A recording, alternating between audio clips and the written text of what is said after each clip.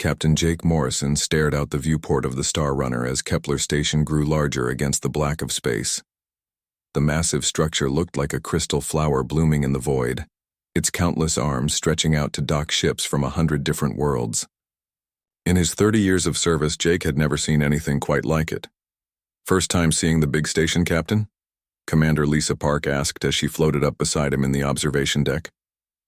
Her diplomatic uniform was crisp and perfect, unlike Jake's more practical military gear. "Yeah," Jake replied, watching a ship that looked like a living tree branch dock at one of the lower arms. "Hard to believe they built something this big just for talking." Lisa smiled. "When you have species that breathe different atmospheres and see different light spectrums, you need a big place for everyone to meet safely." She checked her tablet. "The ceremony starts in 2 hours. Are you ready for this?" Jake wasn't sure anyone could be ready for what was happening today. For the first time in human history, Earth had been invited to witness the signing of a new galactic law, not to vote on it or help write it, just to watch. The message from the Galactic Council had been polite but clear. The presence of human representatives is requested for the implementation of Article 847. "What do you think this is really about?" Jake asked as they made their way to the docking bay where Admiral Ben Carter was waiting for them. "Honestly, I have no idea," Lisa said. "The Council has never passed a law this quickly before. Usually it takes decades of debate. This one went from proposal to vote in just 3 months. Admiral Carter looked up as they approached. He was a tall man with gray hair and serious eyes that had seen too many battles. "Captain Morrison, Commander Park. Ready to make history?" "Ready as we can be, sir," Jake replied. "Any word on what Article 847 actually says?" "They'll tell us at the ceremony," Ben said, but his expression suggested he had some ideas he didn't like. "Come on, the transport is waiting." The journey to the council chambers took them through the heart of Kepler Station. Jake had read about the different sections, but seeing them was something else entirely. They passed through a water-filled tube where dolphin-like creatures swam alongside their transport, then through a section filled with crystalline beings that looked like living gemstones, their bodies flashing with internal light as they communicated. "Makes you feel small, doesn't it?" Lisa said quietly. The council chambers were enormous, with seating arranged in complex patterns to accommodate different body types and environmental needs. The humans were given seats in what Jake guessed was the new species section, near the back but with a clear view of the center stage. As they took their seats, Jake noticed how the other species looked at them. Some seemed curious, others cautious.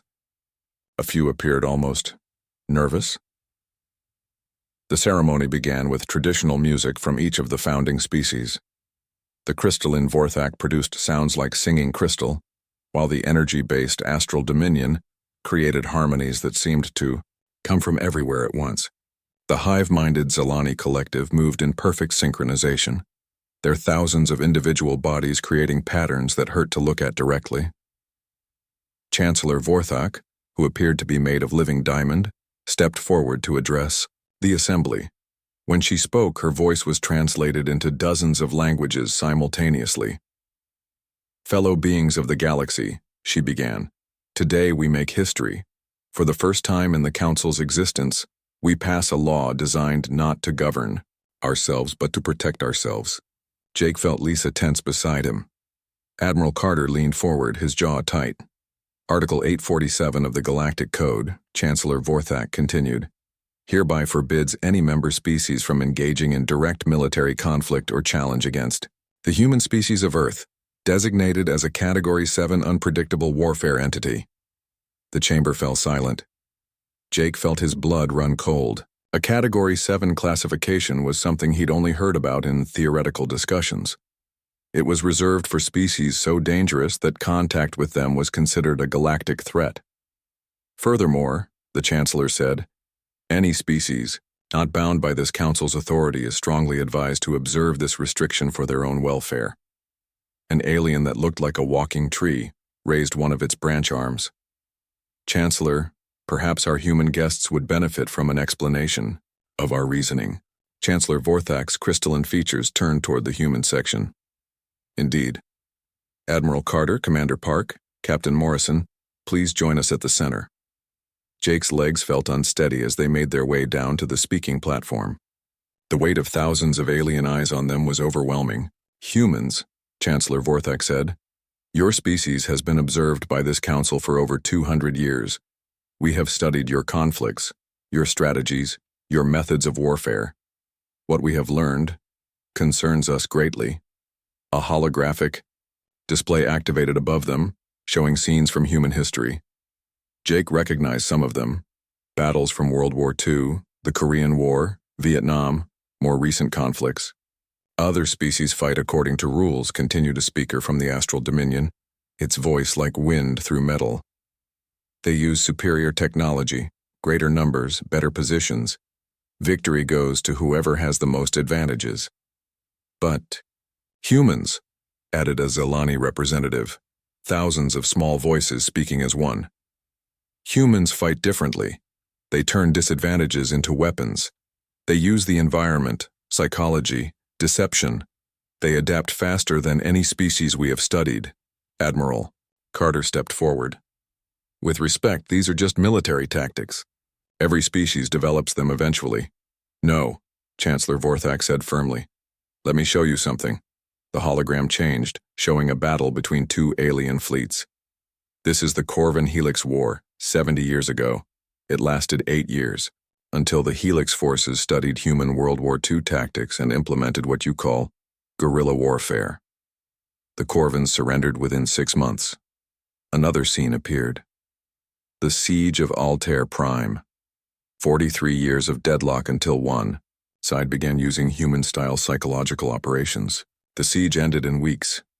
More examples followed, each showing how studying human warfare had given decisive advantages to various species. Jake began to understand the scope of what they were seeing. In every major galactic conflict of the past 2 centuries, Chancellor Vorthak explained, victory has ultimately gone to whichever side first employed human-style tactics. Your species has revolutionized warfare across the galaxy, and you were not even participating in these conflicts. Lisa found her voice. So this law protects the galaxy from chaos, the Astral Dominion representative said.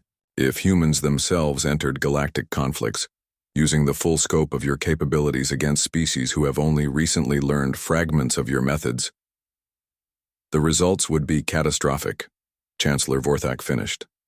Not because humans are evil or aggressive, but because you think about conflict in ways that break every established rule of civilized warfare. The vote was called. Species after species voted in favor of Article 847. Not a single vote was cast against it. As the ceremony concluded and they made their way back to the Star Runner, Jake felt a strange mix of pride and isolation. Humanity had been simultaneously honored and quarantined. Well, Admiral Carter said as they boarded their ship, I guess we should be flattered. Are we? Lisa asked quietly. Jake looked back at Kepler Station as they pulled away. I don't know, but I have a feeling we're going to find out. The alarm bells of New Montana Colony rang out across the settlement like angry metal birds. General Ryan Brooks ran from his office toward the command center, his boots echoing on the metal walkways that connected the main buildings. Above him, the sky was turning an unnatural shade of green as massive ships descended through the atmosphere. Report, Ryan shouted as he burst into the command center. 15 heavy cruisers, sir, Lieutenant Danny Clark said, his voice tight with worry. They're Caraxian design. No response to our hails. Ryan studied the tactical display. The ships were arranging themselves in a perfect attack formation above the colony. Professional and methodical. These weren't pirates or raiders. This was a military operation. Sir, Communications Officer Nicole Davis called out. We're receiving a transmission. Put it through. The main screen flickered to life, showing a reptilian face with golden scales and cold yellow eyes. When the creature spoke, its voice was deep and harsh, even through the translation software. I am War Commander Thex of the Caraxian Battle Fleet. You will immediately evacuate this planet and surrender all mining rights to the Caraxian Empire. You have 6 hours to comply. General Brooks stepped forward. This is General Ryan Brooks, commanding officer of New Montana Colony. This planet is under Earth protection. We cannot comply with your demands. War Commander Thex made a sound that might have been laughter. Earth protection. Your species hides behind galactic laws and treaties. We are not bound by such weakness. 6 hours, humans. After that, we will take what we want. The transmission ended. Ryan turned to his staff, seeing his own worries reflected in their faces. New Montana was a mining colony with 50,000 civilians and only a small defense force. The orbital platforms could hold off raiders, but not a full battle fleet. "Get me Colony Administrator Amy Wells," Ryan ordered. Amy arrived within minutes, still wearing her civilian clothes but with the determined look Ryan had come to respect over the past 3 years. She was a small woman with silver hair, but she had the spine of someone who had built this colony from nothing. "How bad is it?" she asked without preamble. "Bad," Ryan admitted. "Those ships could level every building in the colony without breaking stride. We need to start evacuation procedures." "No." Ryan blinked. "Ma'am?" "I said no," Amy repeated firmly. "We're not running. 50,000 people call this place home. We've spent 5 years building something here. I won't abandon it because some lizard in a fancy ship thinks he can scare us." "Amy, be reasonable," Ryan said. "Those are warships, military grade. Our defense platforms might slow them down, but then we don't fight their kind of war," Amy interrupted. "Dr. Hughes, get over here." Dr. Kevin Hughes, the colony's xenobiologist, looked up from where he had been studying the tactical data. He was a thin man with thick glasses who usually spent his time cataloging local plant life. Right now he looked terrified. "You've been studying Caraxian culture for your research, right?" Amy asked. "Well, yes, but I don't see how—" "Tell us about their military," Amy said. Kevin pushed his glasses up nervously. "They're very hierarchical, rigid command structure. They fight in formations that haven't changed in centuries. Very predictable, actually. They value honor and direct confrontation, face-to-face combat where the strongest wins." Amy looked at Ryan. "Predictable, rigid, likes fair fights." "What are you thinking?" Ryan asked, though he was beginning to get an idea he didn't like. "I'm thinking we give them the opposite of what they expect," Amy said. She turned to the room. "All department heads, emergency meeting in conference room A. Now." An hour later, the plan was insane enough that it might actually work. Dr. Hughes had provided detailed information about Caraxian psychology and tactics. They were a species that had never lost a war because they never fought anyone who didn't follow the same basic rules they did. "They'll expect us to either surrender or meet them in direct combat," Amy explained to the assembled department heads. "They've studied our orbital defenses. They know exactly how to counter them, but they haven't studied us." "What about the civilians?" asked Mining Supervisor Steve Martinez. "We evacuate the primary settlement areas," Ryan said, "but not off-planet. We move everyone to the mining tunnels and emergency shelters. Make it look like we're preparing for a siege. Meanwhile," Amy continued, "we prepare a different kind of welcome." Engineer Nicole Davis raised her hand. "The manufacturing plant can be retooled to produce other things besides mining equipment, if we work fast." "Do it," Amy ordered. "Captain Reed, what do you need?" Captain Tyler Reed, the colony's security chief, had been quiet during most of the meeting. Now he spoke up with the calm voice of someone who had seen real combat. "Time to study their ships when they land. They will land. Their culture demands it. Can't claim victory without setting foot on the ground they're taking." "What about weapons?" asked Medical Chief Susan Walsh. "Everything's a weapon if you use it right," Tyler said simply. "We've got industrial chemicals, mining explosives, construction equipment. The real question is whether we're willing to do this." Amy looked around the room. "I need to be clear about something. This isn't going to be like the wars you see in movies. This is going to be ugly and dangerous, and some of us might not survive it. If anyone wants to take the evacuation ships, now's the time." Nobody moved. "All right then," Amy said. "Let's get to work." The next 6 hours passed in a blur of activity. The orbital defense platforms put up exactly the fight the Caraxians expected. Brave but futile. They were destroyed one by one, but not before giving the ground forces time to implement their plan. The first Caraxian landing craft touched down in the main settlement plaza, just as the sun was setting. War Commander Thex himself led the first wave of troops, expecting to find either cowering civilians or a desperate last stand. Instead, he found empty buildings and silent streets. Spread out, he ordered his troops. Find the humans. They cannot have gone far. But as his soldiers moved through the colony, they found something that didn't fit their understanding of human behavior. The buildings weren't damaged from hasty evacuation. Personal belongings were still in place. Food was still warm in some of the kitchens. It was as if 50,000 people had simply vanished. War Commander, one of his sergeants reported, "We've found the entrance to the mining tunnels. There are signs of recent activity." Thex nodded with satisfaction. "They're hiding in their holes like the cowards they are. Prepare the gas charges, we'll smoke them out." But when the gas grenades were deployed into the tunnel system, nothing happened. No screams, no surrender, no bodies floating to the surface. Just silence. "Sir," another soldier called out, "you need to see this." Thex followed the soldier to one of the colony's main buildings. On the wall, written in perfect Caraxian script, was a message. "Welcome to New Montana. We hope you enjoy your stay.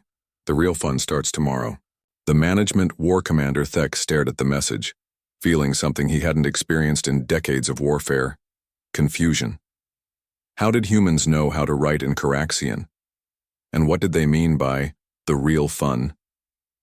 As night fell over New Montana colony, Thex posted guards and established a perimeter. His forces controlled every major building and had secured all the obvious strategic points. By any reasonable military standard, the planet was conquered. But somewhere in the darkness beyond the settlement, 50,000 humans were preparing to teach the Caraxians why the galaxy had passed a law against challenging them. The war for New Montana was about to begin, and War Commander Thex had no idea what he was really facing. War Commander Thex woke to the sound of explosions in the distance. His first thought was that his own forces were conducting scheduled demolitions. Then he remembered that no demolitions had been scheduled for over 400 hours. "Report!" he barked into his communicator as he pulled on his armor. "Mining Facility 7 has been destroyed, sir," came the reply from Sergeant Krex. "No signs of the attackers. They were gone before our response teams arrived." Thex felt his scales ripple with irritation. It had been 3 days since the landing, and the humans were proving to be more troublesome than expected. They struck at random targets throughout the night, always vanishing before his forces could respond. Yesterday, they had somehow contaminated the water supply to the eastern barracks, forcing his troops to rely on bottled supplies from the ships. "Any casualties?" Thex asked. "None, sir. They seem to be avoiding killing our troops directly." That bothered Thex more than deaths would have. In proper warfare, you killed your enemies. These humans were playing some kind of game he didn't understand. Lieutenant Colonel Steve Martinez crouched in the hidden observation post, watching the Caraxian patrols through his binoculars. The aliens moved in perfect formation, checking the same routes at the same times every day. They were so predictable it was almost sad. "Nicole, are the charges set?" he whispered into his comm unit. "Ready to go," Engineer Nicole Davis replied from her position near the power plant. "Give me the word, and every light in the colony goes dark." Steve smiled. The Caraxians had night vision, but it was adapted for their homeworld's dim red sun. Earth normal lighting actually interfered with it. In true darkness, the humans would have the advantage. "Not yet," Steve said. "Wait for Tyler's signal." Captain Tyler Reed was having the time of his life. For 3 days, he had been leading the Caraxians on a merry chase through the wilderness around the colony. His teams would appear long enough to destroy something important, then vanish into the landscape like ghosts. The key was understanding how the Caraxians thought. They expected enemies to either run away or stand and fight. They didn't expect enemies who treated the entire planet as a weapon. Tyler's current target was a supply convoy, bringing fresh ammunition from the landing ships. The Caraxians had chosen the most direct route, naturally. They always chose the most direct route. "Danny, are you in position?" Tyler whispered. "Ready, sir," Private Danny Clark replied. He was hidden in a maintenance tunnel that ran under the main road, with enough mining explosives to turn the convoy into scrap metal. "Remember, wait until the third vehicle passes over. We want to trap them, not just blow them up." "Got it, sir." Tyler watched through his scope as the convoy approached. 5 armored vehicles, moving in perfect formation. Professional and efficient, just like everything else the Caraxians did. It would have been impressive if it weren't so predictable. The third vehicle passed over Danny's position. The explosion that followed lit up the morning sky like a miniature sun. The first 2 vehicles were trapped ahead of the blast, while the last 2 were cut off behind it. But instead of pressing the attack, Tyler's teams melted back into the wilderness. By the time Caraxian reinforcements arrived, they found only a smoking crater and 5 destroyed vehicles. Dr. Susan Walsh was discovering that psychological warfare was far more effective against the Caraxians than anyone had expected. She had been broadcasting personalized messages to individual soldiers, using information that Dr. Kevin Hughes had provided about their culture. "Attention, Sergeant Krex of the 4th Battle Claw," her latest broadcast began. "Your war commander has lost 12 vehicles, 17 equipment caches, and 2 communication arrays in the past 3 days. In Caraxian military tradition, a commander who suffers such losses without achieving victory is considered incompetent." She could see the effect through the surveillance cameras they had placed around the colony. Caraxian soldiers were starting to question their orders, something that apparently never happened in their rigid society. "Furthermore," Susan continued, "your force has been on this planet for 72 hours and has not captured a single human. The battle code of Supreme War Leader Thak clearly states that such failure brings dishonor to the entire chain of command." Kevin Hughes looked up from his research notes. "You know, I think you're actually causing a crisis in their command structure. They're not built to handle doubt." "That's the idea," Susan said. "Fear we can handle. Anger we can handle. But confusion? Confusion is chaos, and chaos is our specialty." War Commander Thex stared at the tactical display in his command post, trying to make sense of what was happening. His forces controlled every major installation on the planet. They had superior numbers, superior weapons, and superior technology. By every measure that mattered, they had won. So why did it feel like they were losing? "Sir." Sergeant Krex approached hesitantly. "The troops are asking questions." "What kind of questions?" "About the mission, sir. About why we can't find the humans. About whether—" Krex paused. "About whether you have a plan for victory." Thex's scales darkened with anger. In 300 years of military service, no subordinate had ever questioned his competence. "I have commanded fleets that conquered entire star systems, Sergeant. I will not be defeated by a handful of primitive humans hiding in holes." "Of course not, sir. But the troops are concerned." Before Thex could respond, another explosion lit up the night sky. This time it was the main communication array. "Sir," a technician called out, "we've lost contact with the fleet." "Use the backup systems," Thex ordered. "There are no backup systems, sir. They destroyed those yesterday." Thex felt something cold settling in his stomach. Without communication, he couldn't call for reinforcements or evacuation. His force was effectively stranded until the fleet's next scheduled check-in. That's when the lights went out. Nicole Davis watched from her hidden position as every electric system in the colony went dark. Emergency lighting flickered on in some buildings, but most of the settlement was plunged into blackness. "Now," she whispered into her comm. What followed was 3 hours of the most one-sided warfare in galactic history. The humans moved through the darkness like they had been born to it, striking with precision at confused and blind Caraxian troops. They didn't try to kill. Instead, they disabled weapons, destroyed equipment, and generally made life miserable for the invaders. By dawn, half the Caraxian force was effectively disarmed, and morale had collapsed completely. "This is impossible," War Commander Thex roared as his subordinates reported the latest disasters. "They're just humans. Soft, weak, barely evolved apes. How are they doing this?" But as the sun rose over New Montana, Thex was beginning to understand something that the rest of the galaxy had learned long ago. There was nothing just about humans when they decided to fight. Somewhere in the wilderness beyond the colony, Amy Wells was coordinating the next phase of operations. They had proven that the Caraxians could be confused and demoralized. Now it was time to show them what humans could do when they stopped playing games. "Tyler," she said into her comm, "begin Operation Homecoming." "Copy that," Captain Reed replied. "Time to remind our guests that they're not welcome here." The real war was about to begin. The message appeared on every working screen in the Caraxian camp at exactly dawn. Written in perfect Caraxian script, it was brief and terrifying in its simplicity. War Commander Thex.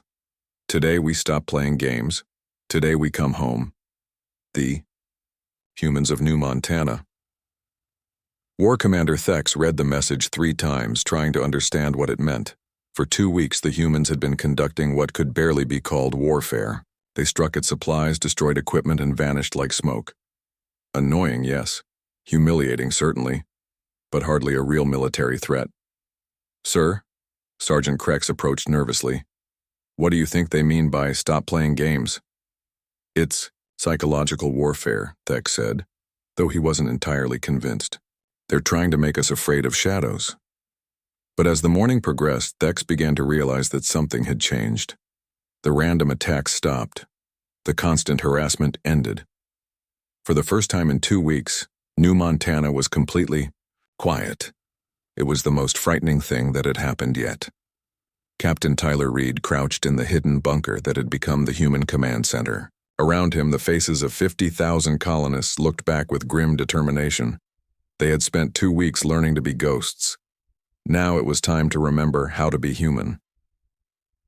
"Listen up," Tyler said, his voice carrying clearly in the underground chamber. "For 2 weeks we've been showing these lizards that they can't predict us. We've made them paranoid, confused and scared. But that was just the warm-up." He activated a holographic display showing the colony above. Red markers indicated Caraxian positions, while blue markers showed human assets they had been keeping hidden. "They think they control the surface," Tyler continued.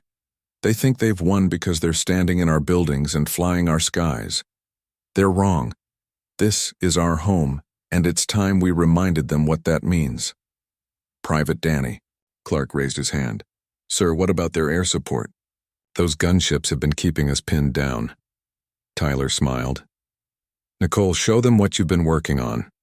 Engineer Nicole Davis stepped forward, looking tired but excited.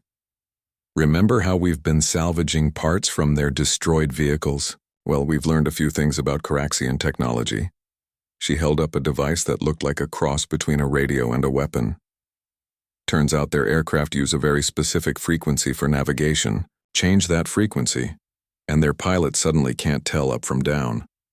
Furthermore," Dr. Kevin Hughes added, "Caraxian pilots are trained to rely completely on their instruments. They don't have the same instinctive feel for flying that human pilots develop. Mess with their electronics and they're helpless." Amy Wells stood up from where she had been studying tactical reports. "The plan is simple. We take back our home, room by room, building by building. But we do it the human way." "What's the human way?" asked Mining Supervisor Steve Martinez. "Chaos," Amy said simply. "Beautiful, terrifying, unpredictable chaos." The first sign that something was wrong came when War Commander Thex's air patrols started falling out of the sky. Not shot down, they simply lost control and crashed. Within an hour, he had lost 6 gunships to what appeared to be pilot error. "Sir," his communications officer reported, "the pilots are saying their instruments are giving false readings. Navigation systems are completely unreliable." "That's impossible," Thex said. "Those systems are military grade. They can't just malfunction." But as he spoke, another gunship spiraled into the ground, its pilot apparently unable to control the aircraft. Then the ground attacks began. They didn't come from the wilderness this time. They came from inside the colony itself. Humans appeared, from sewers, from ventilation shafts, from hidden rooms that the Caraxians didn't know existed. They fought with a ferocity that stunned the invaders. Lieutenant Colonel Steve Martinez led the assault on the eastern barracks. His team didn't use advanced weapons. They used construction equipment, mining tools, and improvised explosives, made from industrial chemicals. Against the Caraxians' advanced armor and energy weapons, it should have been suicide. Instead, it was devastatingly effective. "Remember," Steve called out as his team moved through the compound. "We know every pipe, every wire, every weak point in these buildings. Use that." A Caraxian squad took defensive positions behind what they thought was solid cover. They didn't know that the wall they were hiding behind contained high-pressure water lines. When Danny Clark triggered the charges he had placed days earlier, the explosion didn't just destroy the wall. It flooded the entire area with scalding water. The Caraxians, designed for a dry desert world, had never encountered anything like it. Dr. Susan Walsh was running her own kind of warfare from the communications center she had secretly established in the basement of the medical building. While the physical battle raged above, she was fighting for the minds of the Caraxian soldiers. "Attention, troops of the 4th Battle Claw," her broadcast began. "Your war commander has now lost half his vehicles, most of his aircraft, and control of 3 major installations. According to the battle code you swore to uphold, continued service under such a leader brings dishonor to your entire family. Line." She could see the effect through the security cameras. Caraxian soldiers were hesitating, looking to their comrades for guidance that never came. Their rigid command structure was collapsing under the weight of doubt. "Furthermore," Susan continued, "human combat doctrine states that enemies who surrender will be treated according to galactic conventions. This offer will not remain open indefinitely." Captain Tyler Reed was leading the most audacious part of the operation, the assault on War Commander Thex's command post. It wasn't a building the humans had ever controlled, so they couldn't use their usual advantages of knowing every hidden passage and weak point. Instead, they used the one advantage no other species in the galaxy possessed: the willingness to do whatever it took to win. "Pete," Tyler called to Sergeant Pete Johnson, "you sure about this?" Pete was standing next to a captured Caraxian aircraft that had been hastily repaired by human engineers. The plan was insane, but then again, most human military plans were insane by galactic standards. "Sir," Pete replied with a grin, "I've been flying crop dusters since I was 16. How different can it be?" The answer, as it turned out, was not very. Human pilots had learned to fly by feel, adjusting to unexpected conditions and mechanical failures. Caraxian technology was advanced, but it was also predictable. Within hours, human pilots were flying captured enemy aircraft better than the original crews. Pete's kamikaze run on the command post was meant to be a distraction, a way to draw attention while other teams infiltrated from multiple directions. But when he saw War Commander Thex himself standing in the observation deck, Pete made a decision that would become legend among human military forces. Instead of crashing into the building, he brought the aircraft in for a perfect landing in the command post's courtyard. Then he stepped out, walked up to the stunned Caraxian guards and said in perfectly pronounced Caraxian, "I'm here to discuss terms." The silence that followed was broken only by the sound of human forces surrounding the command post from all directions. War Commander Thex stared at the human pilot who had just landed an enemy aircraft in his supposedly secure compound. The implications were staggering. If humans could fly Caraxian ships better than Caraxians could, what other assumptions about this war were wrong? "You wish to surrender?" Thex asked, grasping for some familiar concept. Pete Johnson smiled. "Oh no, sir. I'm here to accept your surrender." As if summoned by his words, human soldiers appeared from every direction. They moved with the fluid grace of people who knew exactly where they were and what they were doing. Their weapons were a mix of captured Caraxian equipment and improvised human devices that hurt to look at. At their head walked Amy Wells, looking like a grandmother who had decided to take out the trash. "War Commander Thex," she said politely, "I believe we need to talk." The war for New Montana was over, but the galaxy was about to learn why challenging humanity was a mistake that could only be made once. The Galactic Council chambers had never been so quiet. Representatives from hundreds of species sat in stunned silence as Chancellor Vorthak read the report from New Montana. Even the ever-moving Zelani collective had gone completely still. "Summarize," Chancellor Vorthak said, her crystalline voice echoing in the vast space.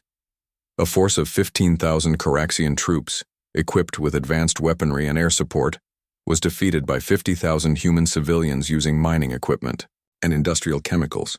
Admiral Ben Carter sat in the human delegation section, trying not to look too pleased with himself. Beside him, Captain Jake Morrison was reading the detailed battle reports with growing amazement. Furthermore, Chancellor Vorthak continued, "The humans achieved this victory with minimal casualties on both sides. They appear to have deliberately avoided killing their opponents whenever possible." A representative from the insectoid Thrax hives raised a chittering question. "How is such a thing possible? The Coraxians are experienced warriors." "That," said Chancellor Vorthak, "is exactly the problem." The holographic display activated, showing scenes from the Battle of New Montana. Jake watched in fascination as his fellow humans turned an entire planet into a weapon against an enemy that had never imagined such tactics were possible.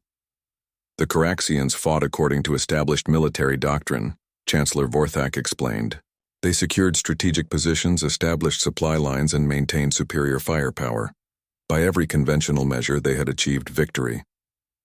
"But humans don't fight conventional wars," added the Astral Dominion representative.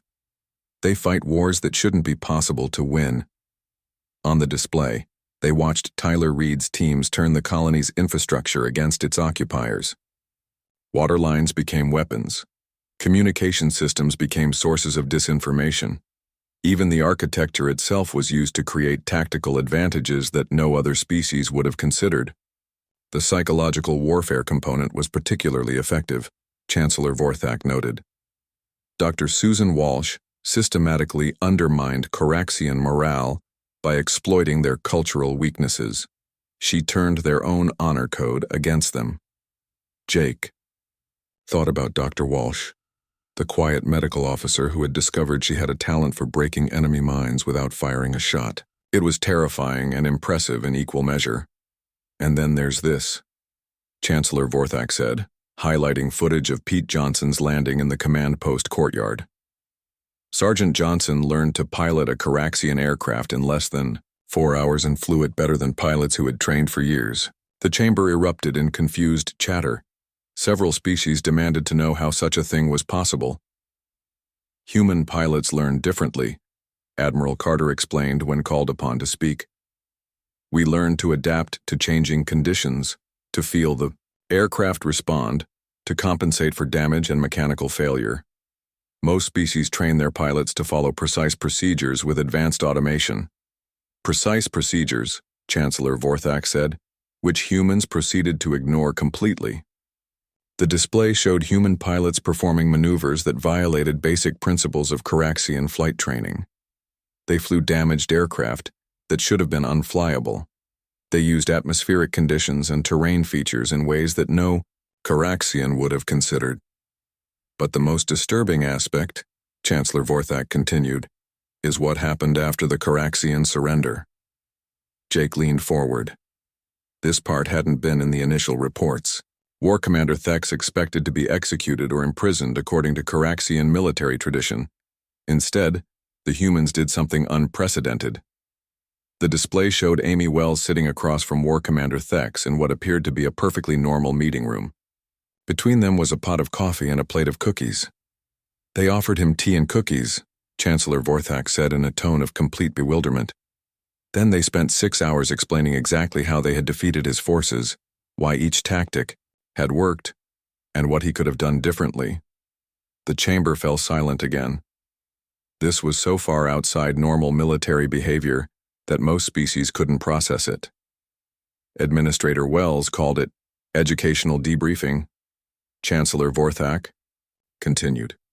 "The humans appear to view warfare as a teaching opportunity." Jake found himself grinning.